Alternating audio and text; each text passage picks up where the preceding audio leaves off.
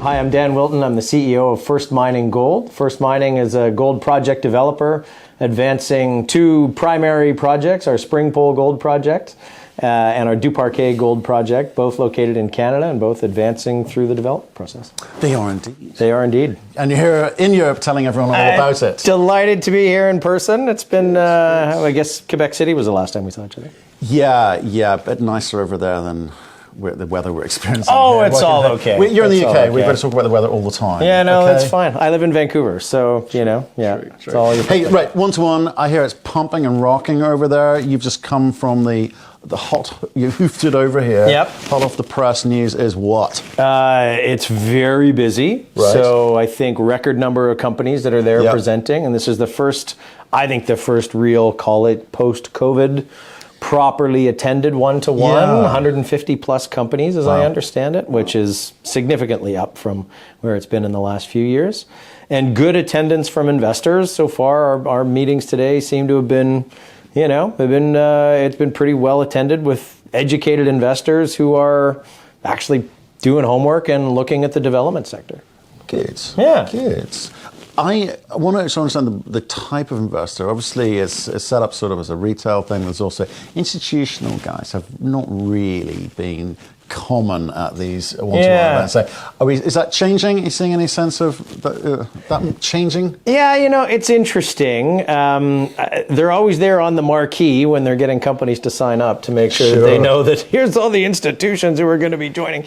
I think, my experience has been that you usually will get a couple on your schedule that will, make it all worthwhile. But I've heard today, interestingly, that some bigger institutions are starting to look at the development space again, right? And this is, if we're trying to give things that give a sense that we are at a bottom and it feels like the turn, that big institutional investor looking at big development projects has been scarce over the last 3 or 4 years. Well, they do know how to time it usually. Yeah. Usually. Yeah, and for sure.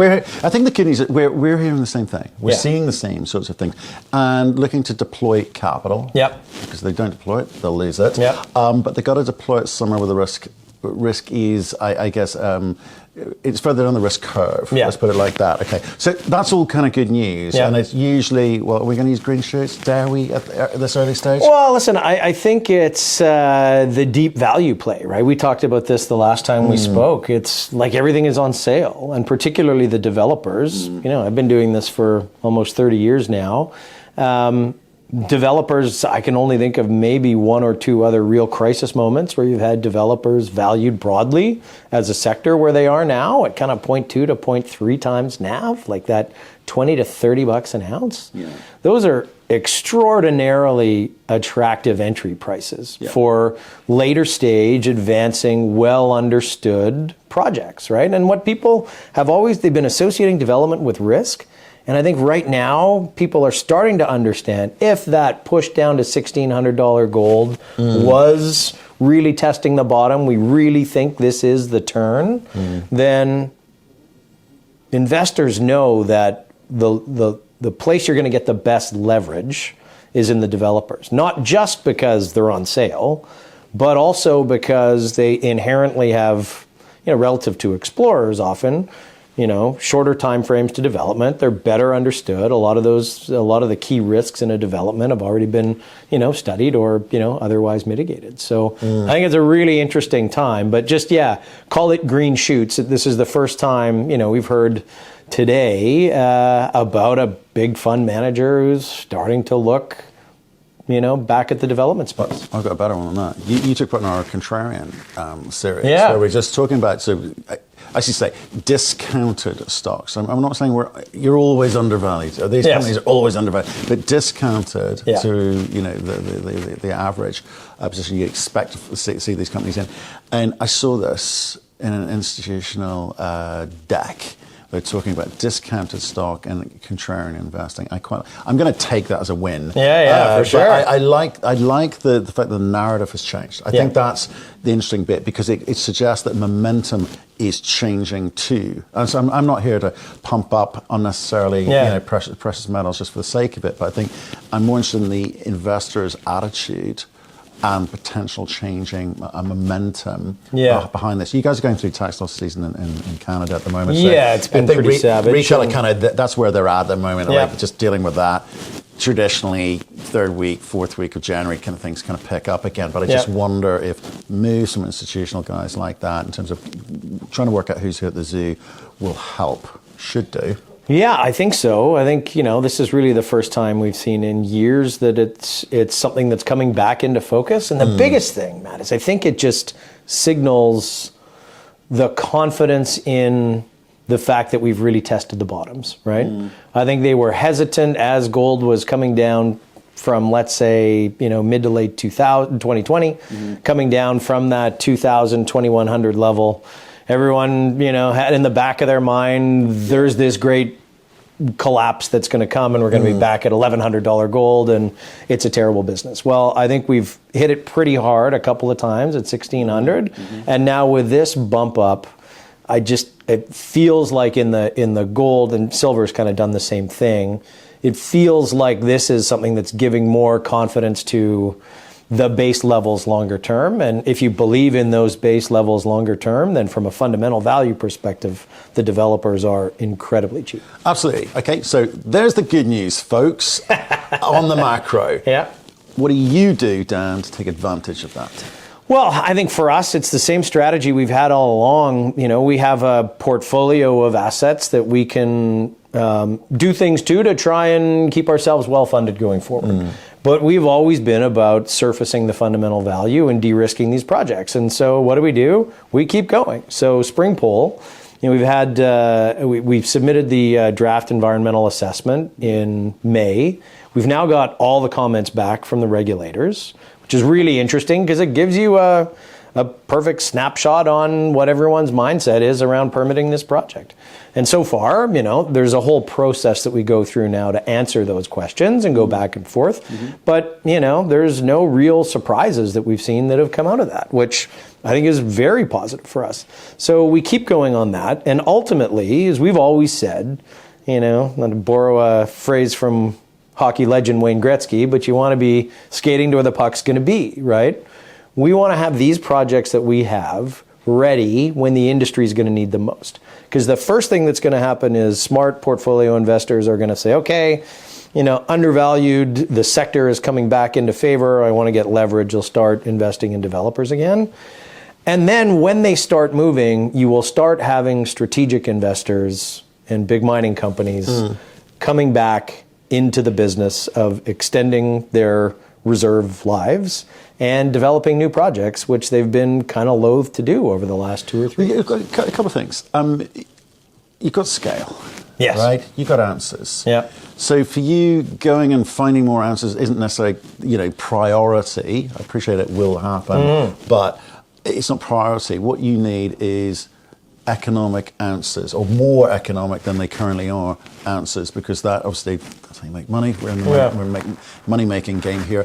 But people looking in, whether they be JV partners, whether they be acquirers, whether it be the market looking to say, well, are these guys going to get into production? Can they do it economically? All the audiences that you need to please all of the time need answers to those things, right? So, and that requires money. So I appreciate you've got a bunch of options in terms of assets. You've got a bit of money at the moment, but you also got two big, hungry assets which need to be moved forward. So how do you do it? So in this environment, we did have to spend $10 million of our cash to acquire Duparquet. We did that with confidence, knowing that we were acquiring 5 million ounces in the heart of the Abitibi at $5 an ounce, right? Talked about that on the contrarian move. So what it leads to, though, is that we need to sort out some longer term capital opportunities in order to make sure that we're still fully funded. Sometimes that means that you got to prioritize on some of the things that you're going to spend money on this year, and some of the things you don't need to spend money on this year, you'll push off. So or some of the things you need to offload? or some of the things you need to offload. And that's, we've said the one thing, we may not like the price of some of the marketable securities that we've had. Our partners are doing great jobs moving these projects forward. But the only thing I hate more than selling their shares is selling our shares, right? So we've also got the royalty portfolio, which is important and probably the most marketable piece of the kind of strategic holdings that we have. We've got project interests in Pickle Crow and in Hope Brook. Those are carried through to pretty significant milestones, construction decisions, feasibility studies. But we still have a number of other cash payments coming in from those deals, royalty buyback opportunities. So, I think we need to demonstrate that we can turn some of those assets on the balance sheet into cash to stretch our runway. We've still got big opportunities to write royalties on a couple of the bigger projects. On Duparquet, we acquired with no royalty. So 5 million ounces in the Abitibi, is a 1% royalty worth something there? Absolutely it is. Springpole is getting a little bit encumbered now with the silver stream and a net royalty of about 1.5%, but there's still some room there. So for some of the bigger, chunkier funding, you just have to look at all of those options. Yeah. And then prioritize some of the work. And we've done this particularly with the feasibility on Springpole. There's some of the work that we need to do that the engineers want to see, a small field program, particularly on, geotech and on hydrogeology and on waste rock characterization. Important things, but kind of confirmatory. We can push those out, for maybe we don't do that this field season.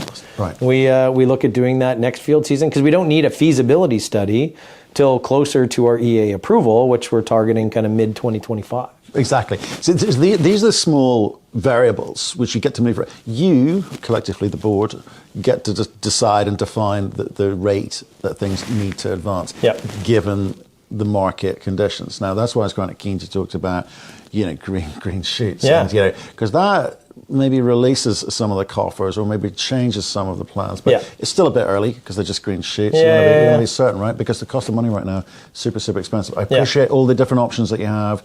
And maybe won't get full value right now, but it might release a lot more value if you do make some of those moves.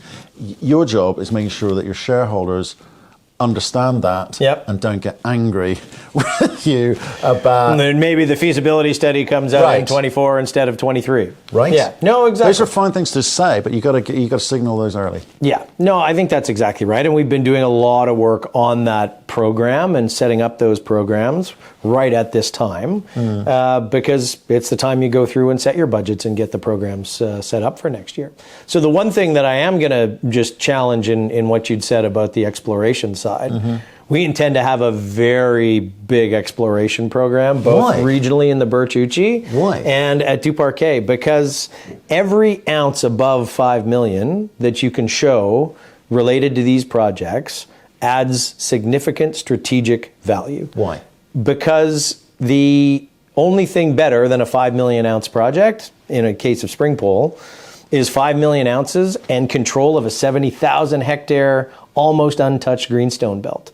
Because that is so important to the strategic parties who ultimately might look at this as a cornerstone asset to know, sure, we've got 300,000 ounces a year of base case production here, but hey, we've got 20,000 meters of drilling that was done, 30 years ago and into some high-grade structures that are right next door. Well, if you can define what some of those are, maybe move those forward in a mine plan conceptually, or maybe not in a mine plan. It won't be in a feasibility study, but at least they know that it's there to give that real strategic life. The higher grade ounces can bump the production up over 400,000 ounces a year, let's say. I think that gives a real imperative to people to be looking at not just a resource that is what you see is what you get. They need to know that it can expand. See, this is a really interesting bit of conversation when I speak to CEOs, right? Because most people will kill for 5 million ounces, right? You can go, I'm good. I'm all good with my 5 million, right? So Springpole's got that. And we won't even talk about Duparquet yet. But we've seen companies volte-face with their strategy and say, do you know what? Given the economic climate we're seeing right now, we are changing strategy. We're going to we're going to stay small, get into production, get some revenue going. It's anti-dilutory. Our shareholders will thank us and love us, and that's fantastic, right? And that's fine. I've seen a lot of that. A lot of it. It says they've got very little confidence in terms of the cycle, but that's what they're doing, and that's fine. Yeah. But if you've got a bigger district out there, you make a decision on going small now, but then kind of maybe try and release the value of the bigger district later. You may build your plant in the wrong place. You will build a plant that will be smaller than you would have liked. And it's our chief operating officer uses this line with me all the time. It's like that, the things that you scope in and don't build are not free, right? Yep. You're going to pour a concrete pad. You are going to leave space for your second mill. That's not free. That costs you an NPV of that project. And so then when you get into a more robust market where people want to buy developers, where strategics are starting to get interested again, do you want them focused on the 275 million NPV project or the billion NPV? I totally kind of get that. And I kind of like it. If you thinking big is thinking big, it's great. But also sometimes thinking small and getting the thing going is also fine. Indeed. No, you're on a very good point there. Yeah. Which the opportunity to look at the projects in a smaller way, we have that at Duparquet. And when we talk about what the game plan is at Duparquet, it is taking a step back. It was scoped in a pre-feasibility study at 10,000 tons per day. But as we looked at the resource, one of the things that we saw is a higher grade, smaller starter resource at a lower strip ratio. So in the heart of the Abitibi at Duparquet, there is, a 20-something million ounce indicated resource greater than 2 grams in an open pit. If you take that even smaller, there's something you could scope at, let's say, 5,000 tons a day to have an 8 or 9 year mine life that would be 2.2, 2.3 grams open pittable at a 5 or 6 to 1 strip. I'll take that. In the middle of the Abitibi. What's the capital cost going to be? Well, we can benchmark a few other 5,000 ton per day operations. Given it, which is great. So I think there's a good conversation. Hopefully people are going, well, actually, that's interesting how companies need to view these things and how they need to view how they fund all of these activities. But also, given it's in the heart of the Abitibi, I'm just wondering how far you go with it. Do you need to get into production to go and grab I know you just bought it. Yeah. But you could polish it up and flip it on because it may be worth a lot more to someone else in the Abitibi region, right? So you must be constantly weighing up, how do we play this? Because there's some quick wins, and then there's a long-term game of, well, look at us, we've got all of these ounces and all this production. But I think if you look at the fact that we are going to hold, I think the largest open pit and highest grade open pit gold project in the Abitibi after Agnico, when they finish with the acquisition of Yamana, it leaves you just in a bit of a sense that there is some real unique strategic angles to this project in a district that is, a pretty highly coveted place to operate. See, I love it. Okay, this isn't just about mining. No. This is about strategy and placing yourself and knowing the construct of your own portfolio. Yeah. I find that almost more fascinating than the producing the ounces, which is where the money is, I know. But it's a very important part because, as your CFO quite rightly points out, it's the mistakes that you make by going too early, or doing the wrong thing at the wrong time, or doing the wrong thing at the right time. Sometimes works out too. So it's really fascinating. Right, we'd better get back to the mining bit here rather than strategy. So, you last we spoke, you picked up Duparquet, all very new and shiny. You've had a couple more months ish to get your feet under the table. What are you learning? What are you seeing? Do you now know what you need to do with that project? Yeah, so I think important part is getting underway with a lot of the environmental baseline work that's going on, environmental sampling. That's underway. We had our first community meeting in Duparquet, where, believe it or not, I actually did part of a presentation, did my part of the presentation in French, which was a big growth moment for someone whose French is not that strong. Right. But, really interesting, a town of 700 people. We had 160 people at our first community meeting. Like, just take that in the context of a municipal election. Why is that? They think, where are the jobs coming from? Well, what is it? It was interesting. I think it was, the deposit sits right near the town. Mm-hmm. You had a number of people coming to express concerns about how close the deposit is, and people broadly in the Abitibi have lived through Malartic, and that whole process. So for some people it was concern, and for some people it was just an expression of real eagerness to work with the company and just real curiosity on what the game plan is. And part of it is this asset has been owned largely by a group of private shareholders since 1953. Okay. And there was never a lot of collaboration with the town or the citizens of the town.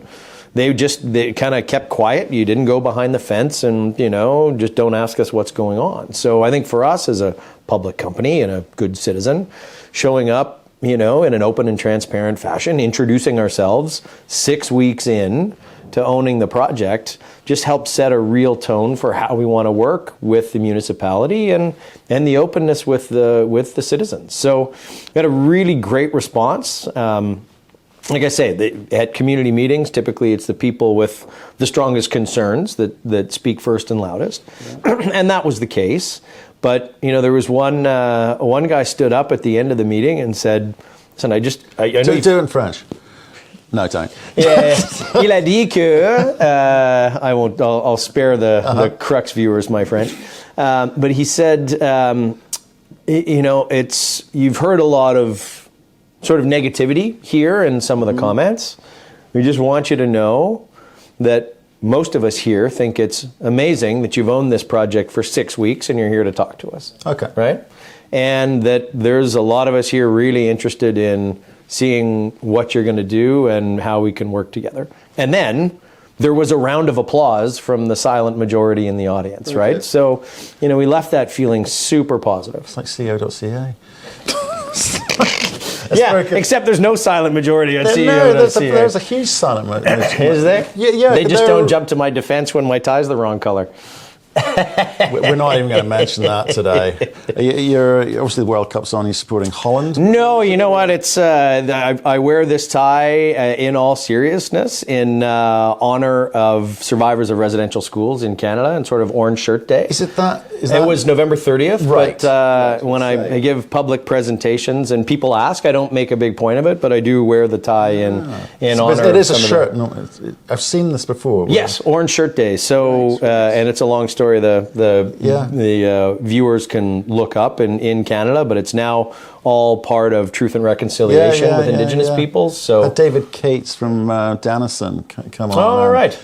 Talk about it for a bit. Yeah, it's interesting. Interesting. Yeah, so that's just my... That's where you're doing it. It's not your conference tie. Look, you can see me from the other side of the room. That doesn't hurt. A little bit of that. It doesn't hurt, but whenever people ask, I get to talk a little bit about our support for Indigenous communities. Good.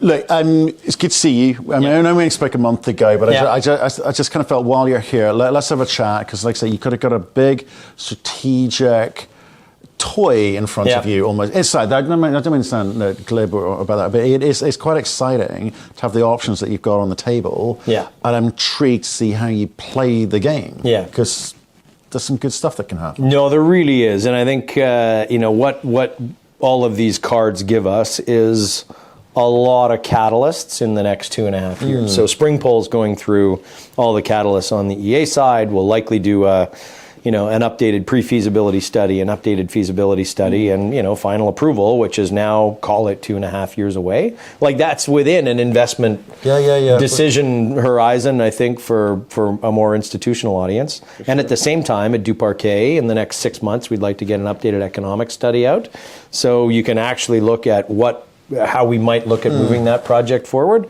Probably a PEA first would be my sense.